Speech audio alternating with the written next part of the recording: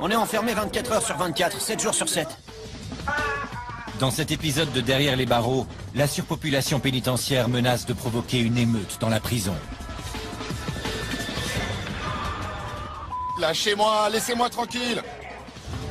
Les plus jeunes détenus craquent sous la pression. Ne prenez pas tout votre temps, c'est moi votre chronomètre. Les gardiens de la prison approfondissent donc leur entraînement en self-défense. C'est comme ça qu'on se fait tuer dans une prison. On peut pas s'imaginer ce que c'est de travailler ici tant qu'on n'en a pas fait l'expérience.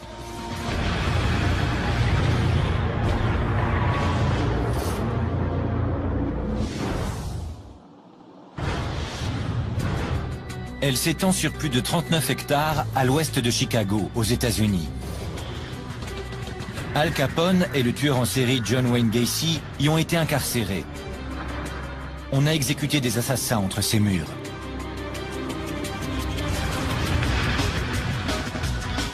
C'est un endroit charnière entre la liberté et la prison. Tous les détenus sont innocents jusqu'à preuve du contraire.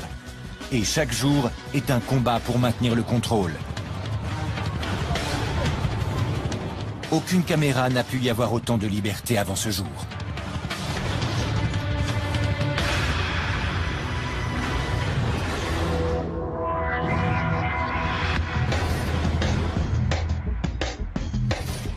La prison du comté de Cook est le plus grand établissement pénitentiaire des États-Unis.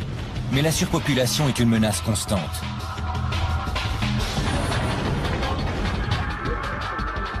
La prison est pleine à craquer. Et le personnel fait de son mieux pour maintenir l'ordre et éviter que les prisonniers ne récidivent. Chaque jour, de nombreux prisonniers arrivent.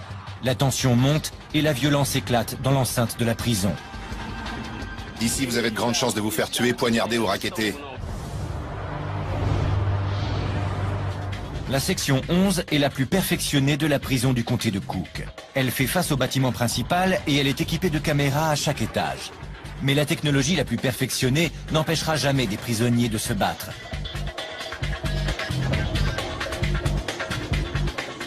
Les caméras de surveillance de haute technologie du bâtiment filment Joshua Townsell, 21 ans, alors qu'il s'approche d'Eric Miranda, 31 ans, un prisonnier de longue date.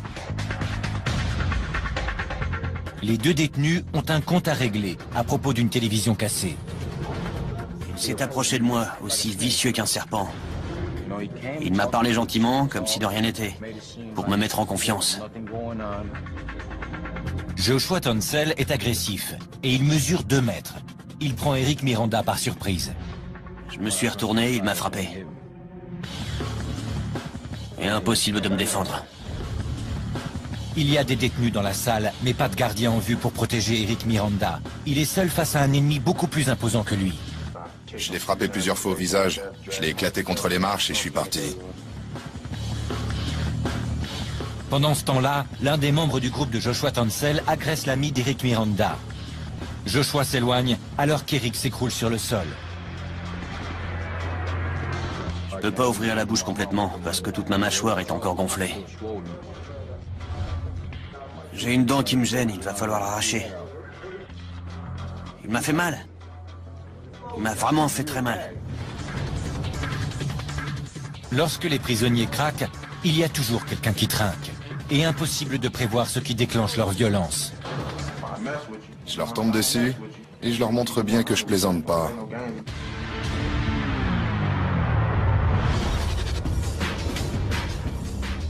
La section 5 reçoit de nouveaux venus.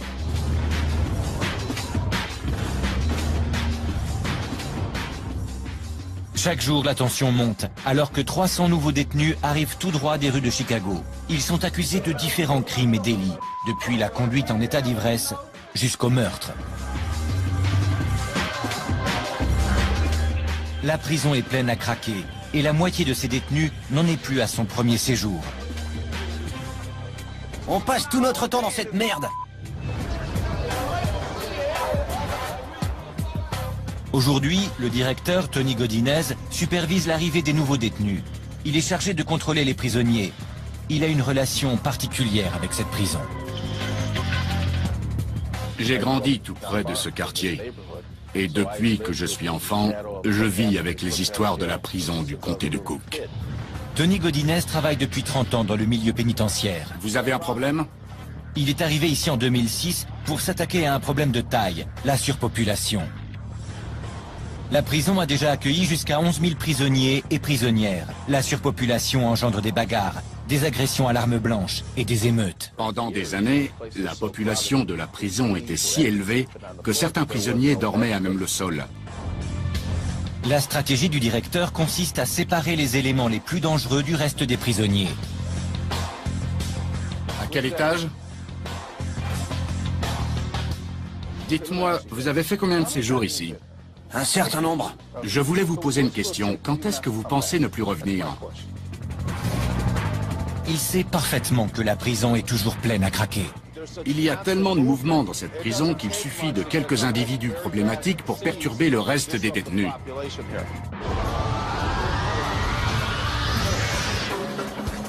Les prisonniers sont de plus en plus nombreux à arriver et il faut déplacer d'autres détenus pour faire de la place.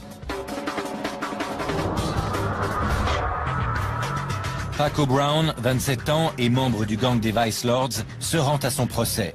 C'est un récidiviste. Il revient en prison après avoir été libéré en 2007. Il sait déjà à quoi s'attendre. Certains se font poignarder, d'autres se font agresser. C'est une question de lutte de territoire, en fait.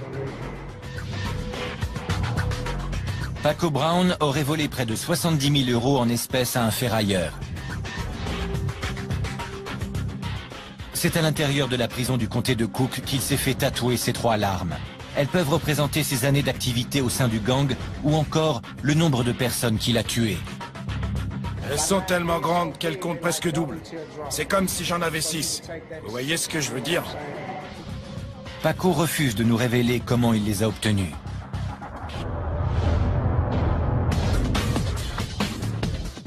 À leur arrivée, tous les types de criminels se retrouvent dans la même pièce. Les meurtriers présumés et les membres de gang, tout comme les prostituées transsexuelles. Isaiah Whitehead mesure 1,90 m et il ne passe pas inaperçu.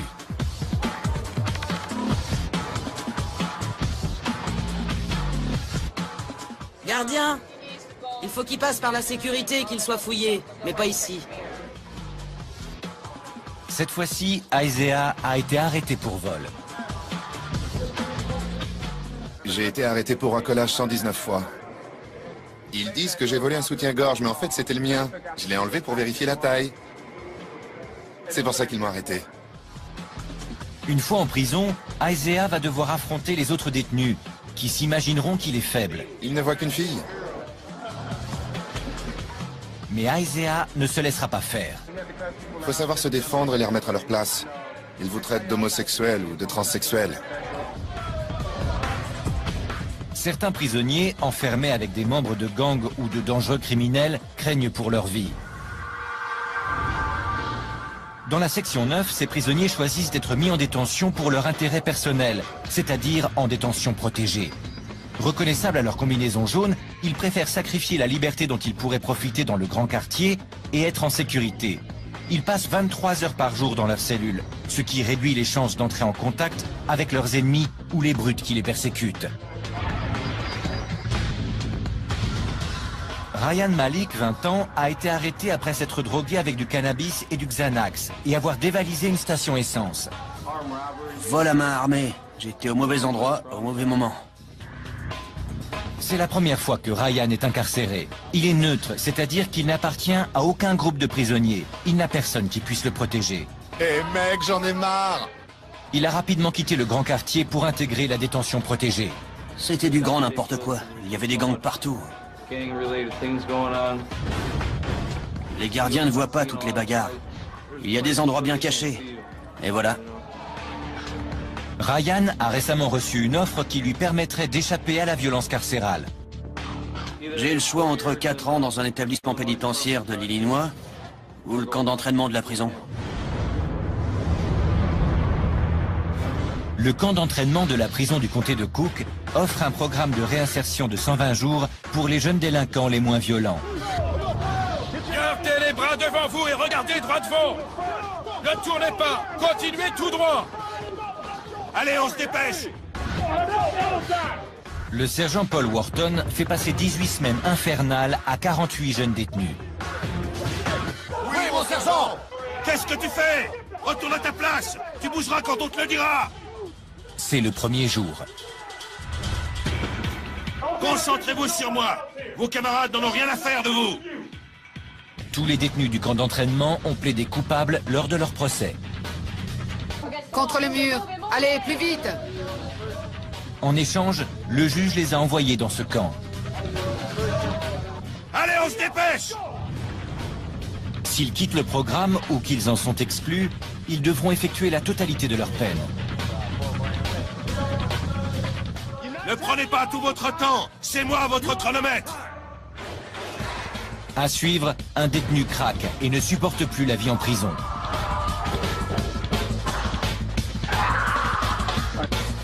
Et un autre ne respecte pas les règles de la section 1. Ça ne marche pas comme ça ici, tu ne me donnes pas d'ordre.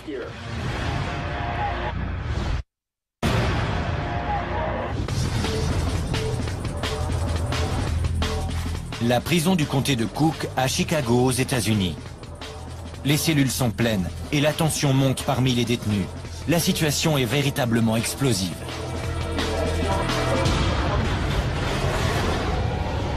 La section 1 est un quartier de haute sécurité. Les prisonniers y séjournant ont été accusés de voies de fait, de viol ou de meurtre. L'un des nouveaux arrivés refuse de coopérer. Il refuse de rentrer dans sa cellule. Le lieutenant Lal Darman, en poste, essaie une technique utilisée avec les enfants. Il va compter jusqu'à 3. Je vais te demander 3 fois d'entrer dans ta cellule. Si tu refuses la 3e fois, je t'enverrai du gaz. Le détenu refuse de bouger. Laissez-moi passer. Si le prisonnier devient agressif, les gardiens filmeront la scène et les images viendront compléter son dossier juridique. Les autres, reculez. Pour éviter qu'une arme ne termine dans les mains d'un détenu, les gardiens ne sont pas armés. Ils utilisent un gaz incapacitant pour maîtriser les prisonniers qui posent problème. Tandis que le lieutenant Lal Darman prépare son vaporisateur, le sergent Crook tente de convaincre une dernière fois le détenu de rentrer dans sa cellule. Il s'exécute enfin. Il faut que tu gères ce problème tout seul, avec ton cerveau. Tu es en prison, pas à l'hôtel. Ça ne marche pas comme ça ici, tu ne me donnes pas d'ordre.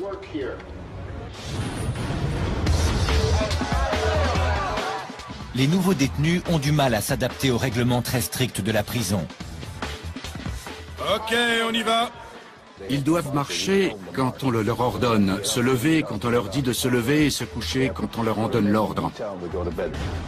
Ils ont l'impression d'être traités comme des enfants et c'est le cas.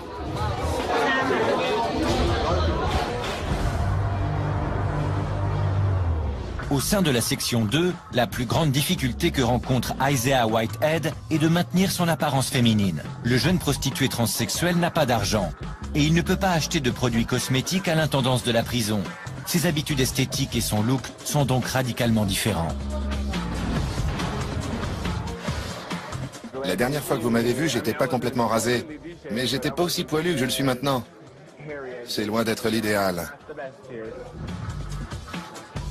Isaiah n'a pas les moyens de payer sa caution fixée à 150 €. Il va devoir rester en prison pendant quelques semaines et se défendre contre les prisonniers qui voudront des faveurs sexuelles. Ils se prennent pas pour n'importe qui. Mais si dehors une jolie fille, aussi jolie que moi, quand je peux me pomponner, ne leur adresse pas la parole, pourquoi je le ferais?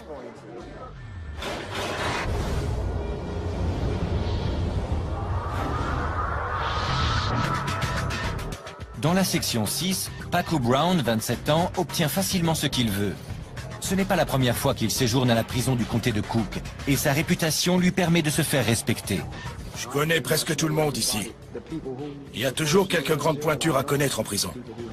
Et l'influence que vous avez dans la rue vous suit en prison. L'élément le plus important pour un séjour confortable en prison, c'est l'argent. Si vous avez de l'argent, vous pouvez vous en sortir. Si vous êtes fauché, même si vous avez des relations, vous allez galérer. Ici, c'est vraiment l'argent qui fait le bonheur. Et Paco ne le sait que trop bien. Quand vous êtes en haute sécurité, vous devez vraiment faire attention à ce que vous dites et ce que vous faites. C'est plus dangereux. Je suis assez costaud. Les autres prisonniers me laissent tranquille.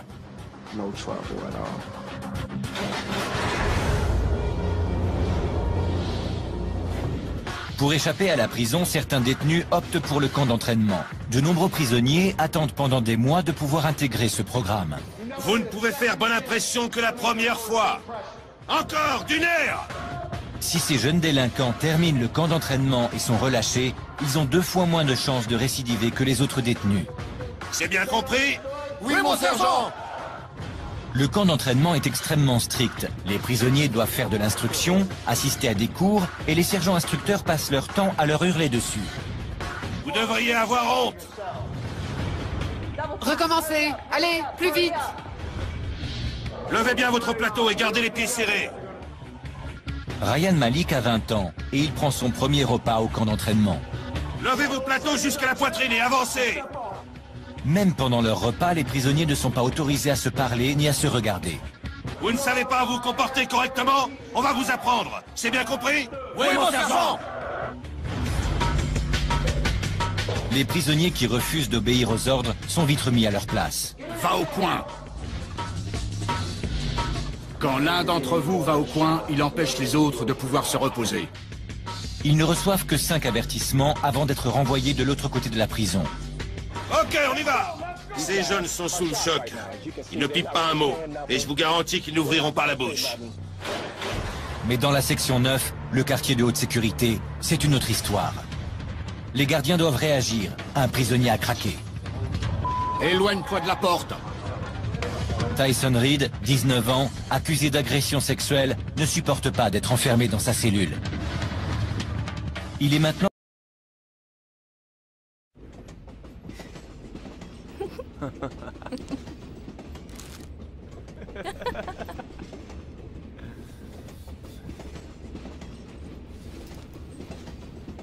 Wish your chicken was bigger. The long chicken and 3. Hey, can I have a Dorito?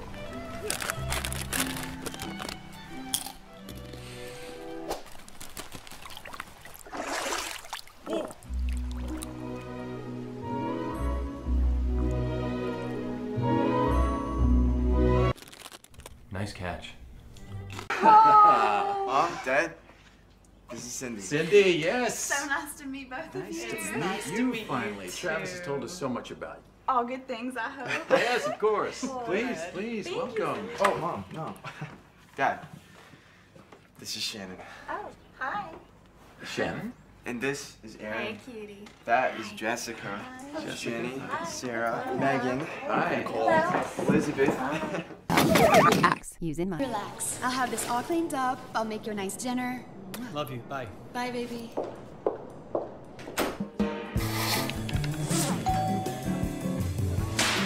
What are you looking at? Get in here. Scrub it! I am. Get in here. Two cups flour. Stir. Don't speak. Faster. Stir. Wow. You like? I slaved all day. Dans la salle commune de la section 9, mais il refuse d'obéir aux ordres et de regagner sa cellule. Après qu'il a refusé plusieurs fois de retourner dans sa cellule, le sergent Zimny n'a plus le choix. Il doit utiliser son gaz incapacitant. Mais alors que le gaz lui brûle les yeux, Tyson continue à provoquer les gardiens. Il trébuche et le sergent Zimny en profite pour l'aveugler à nouveau. Cette fois-ci, le gaz est efficace. Ok, retourne-toi et mets les mains derrière le dos. Tout de suite! Mets les mains derrière le dos! Les gardiens parviennent à maîtriser le délinquant agité et l'emmènent pour qu'il se nettoie le visage. Enferme-le. Enfoiré. Dans la section 6, un jeune agressif est emmené après avoir frappé un gardien. Ne t'avise pas de me toucher. Reste tranquille. Il a refusé les menottes et a frappé un gardien au visage.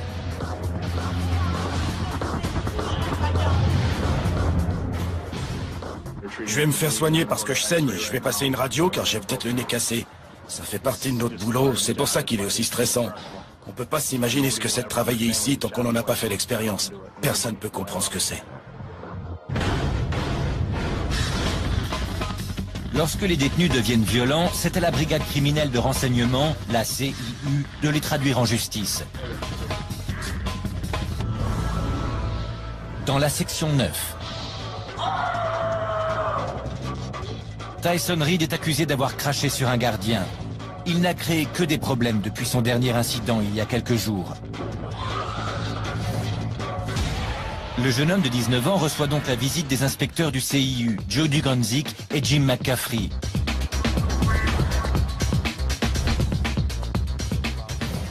Nous l'avons rencontré 5 fois au cours des 10 derniers jours. C'est une menace pour les autres à chaque fois qu'il sort de sa cellule. Tyson Reed, est-ce qu'on peut le voir? Asseyez-vous, monsieur Reed. Tyson Reed essaie d'abord de passer pour un idiot. Vous vous souvenez de l'incident? On m'en a parlé aujourd'hui. On vous en a parlé? Vous ne vous souvenez pas de l'incident? Non, je m'en rappelle pas du tout. Pas du tout? Non. Tyson change bientôt sa version des faits et admet avoir craché sur le gardien. Les inspecteurs sont surpris quand il leur révèle pourquoi il a agi ainsi. Il cachait un mélange dégoûtant dans sa cellule pour le jeter sur les gardiens qui passaient. Vous prépariez un mélange pour ensuite le jeter sur les personnes qui passaient. Et c'était quoi ce mélange? C'était de la pisse avec du désinfectant, de la crème et de la poussière. Lorsque le gardien a mis la main sur sa décoction, Tyson s'est énervé. Je lui ai craché à la figure, parce qu'il avait mis le souk dans mes draps et mon lit. Oui, je lui ai craché à la figure. Pourquoi vous ne l'aimez pas? Qu'est-ce qu'il vous a fait? C'est normal que ce ne soit pas votre meilleur ami, mais il doit faire son travail. Je m'en fous, moi, de son boulot. Le mobile de Tyson est très simple. Il veut qu'on le laisse tranquille. J'aime personne. Je veux pas voir d'autres prisonniers comme moi. Je déteste les mecs. Suite à ces actes, Tyson est transféré dans une partie du bâtiment réservée aux procédures disciplinaires. Il obtient ce qu'il désirait, l'isolement en cellule. Ils agissent de la même manière qu'à l'extérieur. S'ils sont incapables d'entretenir des relations avec les autres en liberté, ce sera la même chose ici. Dans la section 11. Oui, mon lieutenant! Ces cadets s'entraînent pour devenir gardiens. Ils recréent les conflits mortels qui surviennent en prison. Cette technique d'entraînement unique oppose les cadets à des gardiens expérimentés. Les gardiens en protection rouge jouent le rôle des prisonniers les plus violents. Le gardien Harry Wheeler entraîne les nouvelles recrues.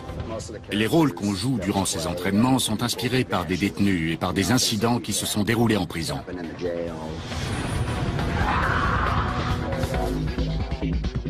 Les élèves rencontrent immédiatement des problèmes dès qu'ils demandent aux faux prisonniers de regagner leurs cellules. À vos cellules! Les cadets perdent rapidement le contrôle et la situation tourne au vinaigre. C'est terminé. Le prisonnier a pris le dessus, tu vois? Les faux prisonniers se jettent immédiatement sur la cadette Monique Cooper. Allez, défends-toi, sinon je vais te poignarder. L'instructeur James Banks fait tout de suite remarquer aux cadets que si l'exercice n'en était pas un, ils auraient tous eu de très gros problèmes. Ils allaient vous emmener dans leur cellule. La première chose qu'ils font quand ils repèrent une femme, c'est d'essayer de l'emmener dans leur cellule. Je peux vous poser une question? Oui, sergent. Vous étiez comment à ce moment-là? J'étais toute seule, sergent. Exactement. C'est à ce moment-là qu'on se retrouve avec un couteau sous la gorge. On ne va pas vous expliquer quoi faire une fois arrivé là. Votre vie est en danger et il faut prendre des décisions difficiles. À suivre, les gardiens de la section 1 découvrent quelque chose qui surprend même le personnel le plus chevronné. On ne voit jamais ce genre de choses. Je ne bougerai pas! Et les cadets doivent faire face à une situation terrifiante. J'ai récupéré l'arme!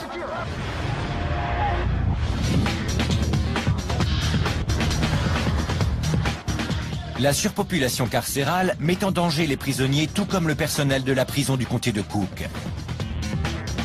Lorsque les prisons sont pleines, les nerfs sont à fleur de peau et les prisonniers risquent de s'en prendre au premier venu.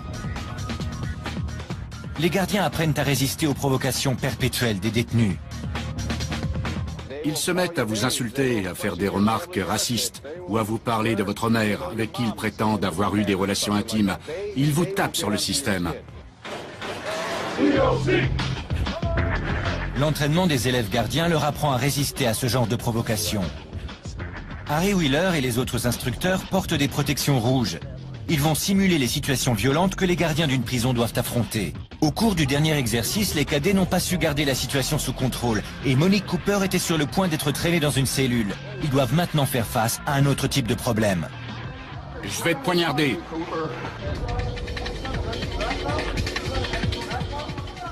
Ok les gars, tous à vos cellules. J'ai pas envie de bouger. Allez! Je ne bougerai pas. Pour cet exercice, les cadets devront faire face à une émeute. À terre! Les détenus dissimulent encore des armes improvisées. Mais cette fois-ci, les cadets savent à quoi s'attendre. Lâche ton arme! Je t'ai dit de lâcher ton arme! C'est bon, j'ai récupéré l'arme. Les cadets travaillent en équipe pour reprendre le contrôle de l'étage avant que les prisonniers n'aient le temps de prendre le dessus. Laisse-toi faire! Arrête de résister! Même l'instructeur Harry Wheeler est neutralisé. Une fois l'exercice terminé, les cadets sont félicités par leurs instructeurs. J'espérais traîner quelques filles dans les cellules, mais ça n'a pas été possible. Non, impossible. C'est que tu n'as pas bien fait ton boulot. C'est eux qui ont bien travaillé.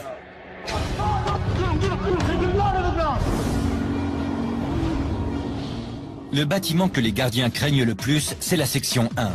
Parmi les 1200 prisonniers de ce quartier de haute sécurité, nombreux sont ceux qui ont été inculpés pour meurtre ou viol. C'est l'endroit où circulent le plus d'armes improvisées, fabriquées par les détenus. Les gardiens l'appellent l'usine à lames.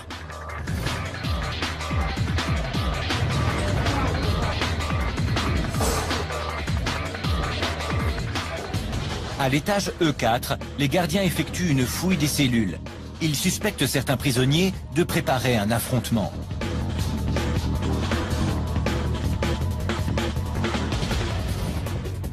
Alors que les prisonniers se trouvent dans la salle commune, les gardiens fouillent minutieusement les cellules, les couloirs et toutes les cachettes potentielles. Douglas Ptak fait une découverte surprenante. Un énorme sac d'alcool de contrebande. Il n'en a jamais vu d'aussi grand. C'est de l'alcool de contrebande. Sans aucun doute. On trouve de l'alcool fabriqué par les détenus dans beaucoup de prisons américaines. Il s'agit de pelures de fruits fermentés qu'ils mettent ensuite dans des pots en verre. Les gardiens continuent leur fouille à la recherche d'armes. Willie Robinson découvre quelque chose de très inquiétant. Une lame en métal de 10 cm cachée sous des produits d'entretien. Il ne plaisante pas, il avait l'intention d'attaquer quelqu'un. On peut tuer un homme avec une lame comme ça. Ce n'est pas une lame comme les autres. Il y a une rainure sur le côté qui sert de rigole pour que le sang puisse s'écouler plus rapidement que lors d'une hémorragie ordinaire et qu'elle puisse donc tuer plus rapidement. On ne voit jamais ce genre de choses. C'est peut-être pour liquider quelqu'un. Un gang cherche peut-être à se protéger d'un gang rival. Au camp d'entraînement de la prison, un détenu en possession d'une telle lame serait tout de suite envoyé devant un juge. Les prisonniers ne sont pas libres de leurs mouvements pour éviter de possibles bagarres.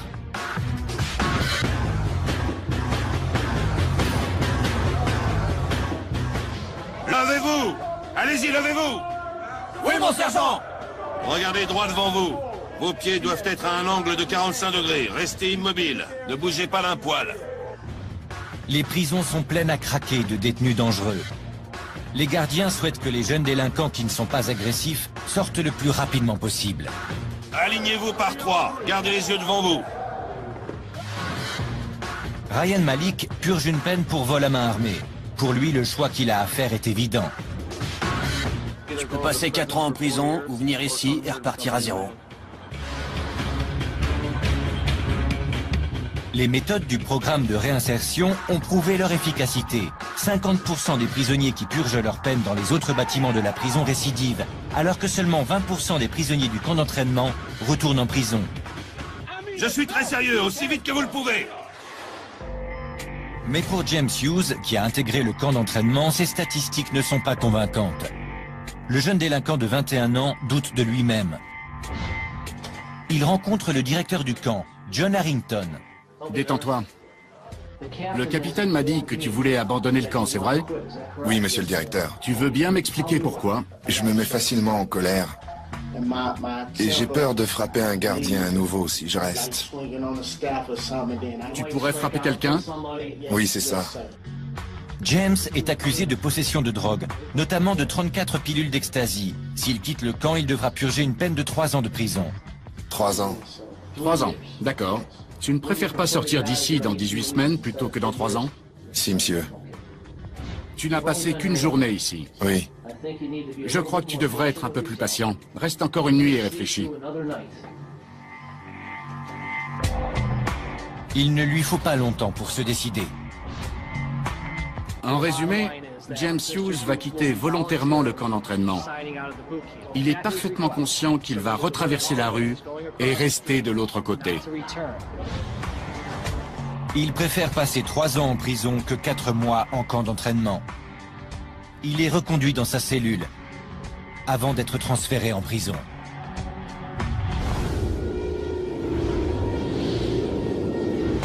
Dans la section 6, un groupe de prisonniers a choisi d'assister à des cours, alors même qu'ils risquent d'écoper d'une longue peine de prison. Voilà vos toges. Un peu de calme, s'il vous plaît. Ces 19 élèves sont inculpés de divers crimes, parmi eux des vols à main armée, des viols et des meurtres. Aujourd'hui, ils terminent le lycée. Le major de la promotion, Lawrence Dupri, est accusé d'homicide volontaire. Il faisait partie d'un gang et aurait tué un membre d'un gang rival durant une fusillade. Nous tous, ici présents, nous ferons ce que chacun doit faire dans la vie. Prendre des décisions. Certains feront le bon choix, d'autres le mauvais. Ça fait partie de la vie. Vous pouvez faire passer le pompon de votre toque à gauche. Félicitations! Au travail! Il n'y aura pas de fête de fin d'année pour ces jeunes lauréats. Ils regagnent leur cellule de 2,5 mètres sur 3. Ils resteront en prison jusqu'à ce qu'ils soient condamnés ou déclarés innocents. Vous avez en face de vous le major de la promo, qui retourne à sa cellule. La partie de la section 9 réservée aux étudiants est tout aussi dangereuse que le reste de la prison. Avancez! Une unité spéciale appelée équipe tactique d'urgence est chargée de maintenir l'ordre chez les détenus. On effectue des fouilles quotidiennes, ça n'arrête jamais. C'est notre travail. Chaque année, environ 100 000 détenus séjournent à la prison du comté de Cook. Même s'ils sont présumés innocents tant qu'ils n'ont pas été reconnus coupables, ils pourraient représenter une menace pour les autres détenus ou le personnel de la prison. Leur séjour dans cette prison n'est pas leur punition. C'est simplement un moyen de les séparer du reste.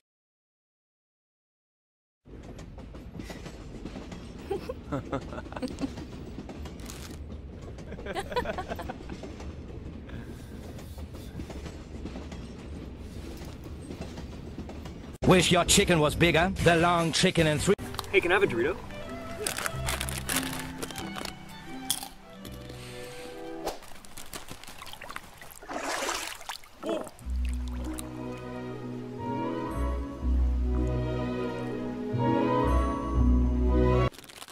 Nice catch.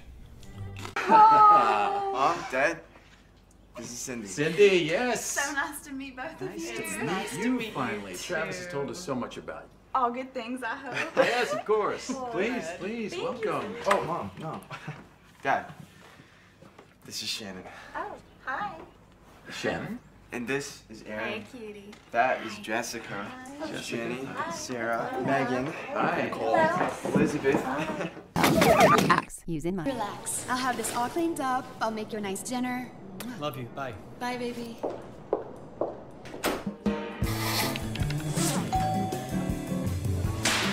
What are you looking at? Get in here. Scrub it! I am. Get in here. What to, buddy? I just 2 cups flour. Stir. Don't speak. Faster. Stir. Wow. You like? I slaves all day.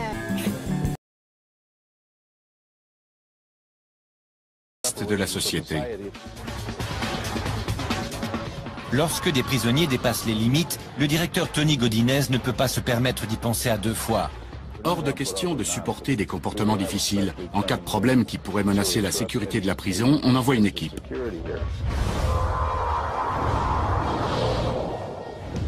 Il s'agit d'une équipe d'intervention d'urgence. Aujourd'hui, elle a pour mission la fouille de la zone scolaire de la section 9. Ok les gars, mettez-vous en ligne. On monte au 3A. Le sergent John Manos suspecte certains groupes d'élèves de posséder des armes blanches. À terre tout de suite! Le bruit de chasse d'eau résonne dans la salle. Les prisonniers se débarrassent de leurs produits de contrebande. Il vient d'essayer de se débarrasser d'un pantalon dans les toilettes.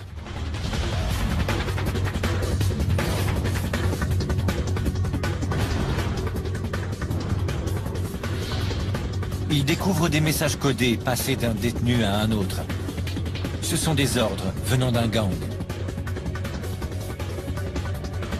Ils mettent 6 semaines à inventer un code que nous déchiffrons en à peine 30 secondes. Ce message dit qu'il y a 5 lames, 5 armes blanches à cet étage. On va passer notre journée à le fouiller.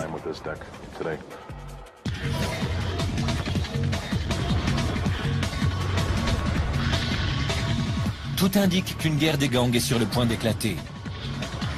C'est vraiment n'importe quoi.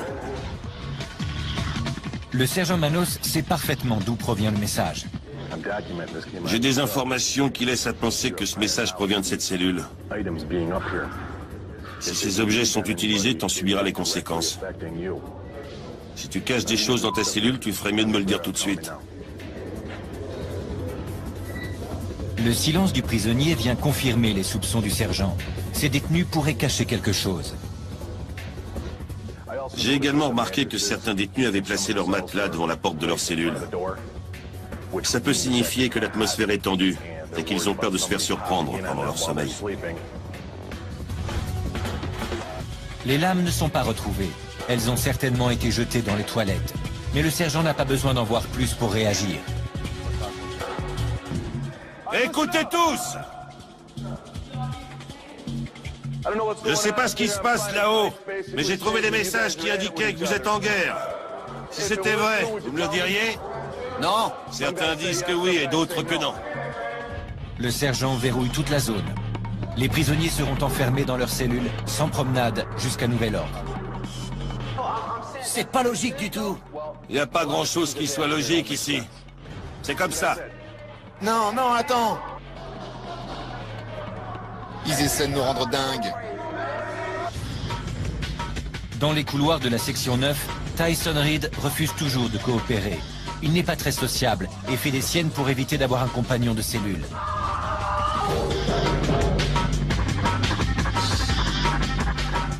Depuis qu'il a craché sur un gardien, il a été accusé de 5 ou 6 autres délits.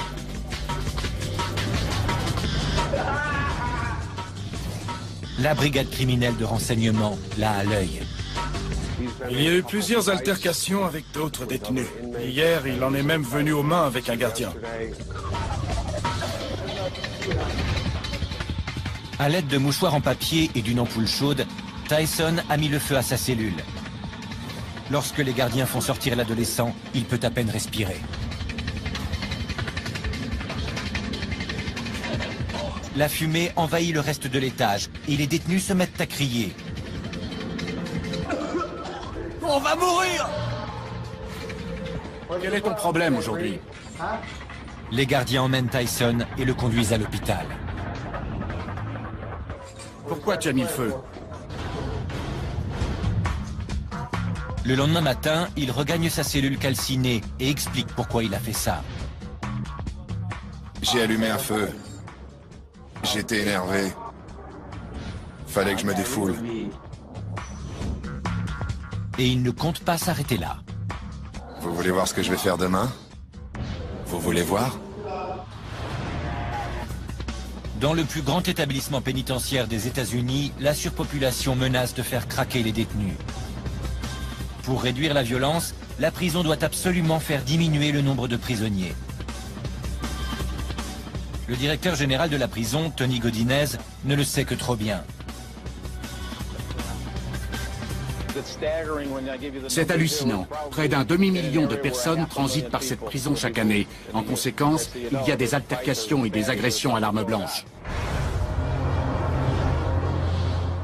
Dans la section 6, certains petits délinquants rentrent chez eux. La prison tente d'accélérer le processus de remise en liberté. Avancez sur une même file, sur une même file. Une file, une seule file. Le juge les assigne à résidence grâce à un système de surveillance électronique. Je vais vous demander de me remplir ces formulaires. Les inspecteurs s'assureront que vous ayez un endroit où loger. Mais il existe une condition. Il faut qu'un proche vous accueille chez lui. Quel est votre numéro de dossier? Ils peuvent utiliser les téléphones pour trouver un endroit où loger. Les prisonniers devront porter un bracelet électronique à la cheville 24 heures sur 24. Il y a un appareil portable qui est relié à la ligne téléphonique de la maison. Si le signal ne nous arrive plus, on sait que le prisonnier a quitté son domicile. José Rivera, 27 ans, est accro à l'héroïne. Il est sur le point de rentrer chez lui, mais il doit d'abord convaincre son père de lui ouvrir sa porte. Non, non, écoute-moi, ils essaient de me donner l'opportunité de sortir. Papa, je t'en prie. Je t'en supplie.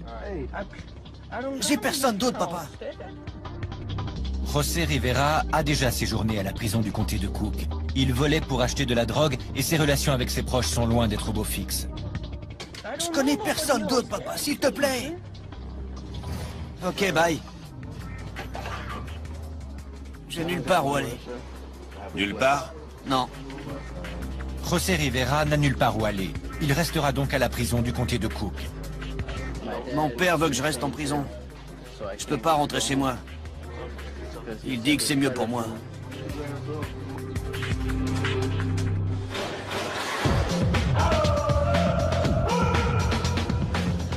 Asseyez-vous. De l'autre côté de la prison, Ryan Malik et les recrues de sa section portent également des bracelets électroniques. Aujourd'hui, il ne s'agit pas seulement de sortir de prison. Aujourd'hui, ils rentrent chez eux. Ryan Malik. C'est la remise des diplômes au camp d'entraînement. Bravo, vous avez réussi. Je vous félicite à nouveau. Continuez comme ça. Oui, monsieur le directeur! Cette cérémonie marque la fin de la première phase du programme du camp d'entraînement. Les instructeurs rappellent immédiatement aux prisonniers qu'ils seront encore sous contrôle judiciaire pendant les 8 mois suivants. N'oubliez pas d'apporter cet uniforme chaque fois que vous venez au rapport. Oui, mon sergent! Une fois que Ryan aura quitté le camp, il sera assigné à résidence pendant 4 semaines, puis en liberté conditionnelle.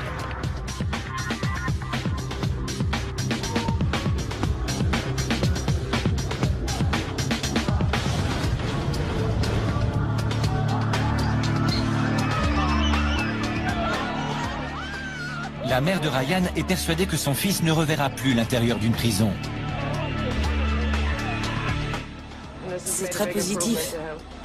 Sa vie sera bien meilleure maintenant. Il voit les choses différemment.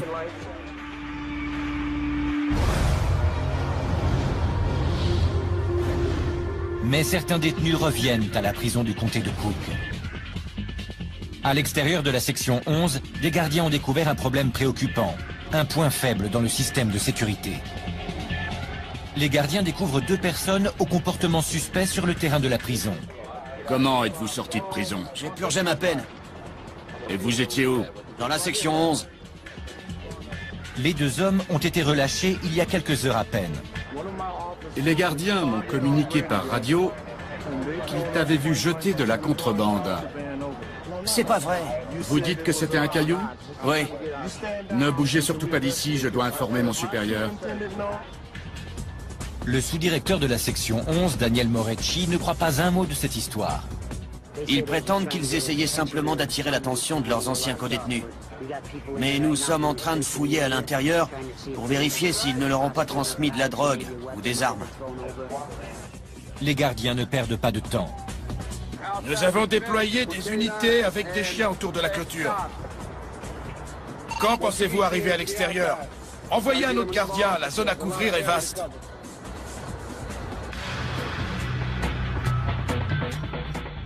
Une fouille minutieuse de toute la zone ne donne rien.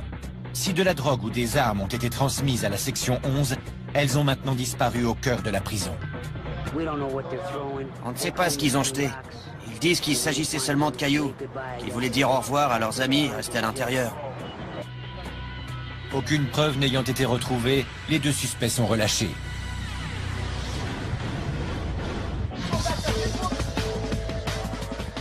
À la prison du comté de Cook, à Chicago, la surpopulation est un problème de taille.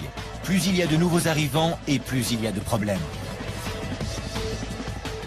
Le directeur, Tony Godinez, et le personnel de la prison tentent d'éviter que la violence n'éclate et que les prisonniers ne récidivent. Nous voyons avec inquiétude les prisonniers qui reviennent les uns après les autres. Si la situation ne change pas à l'extérieur, les risques que ces détenus récidivent et reviennent en prison sont très élevés. Chaque jour, des centaines de prisonniers sont relâchés. Quand vous entendez votre nom et votre prénom, levez la main bien haut, d'accord? Ceux qui ont suffisamment d'argent pourront payer leur caution avant leur procès. D'accord, désolé.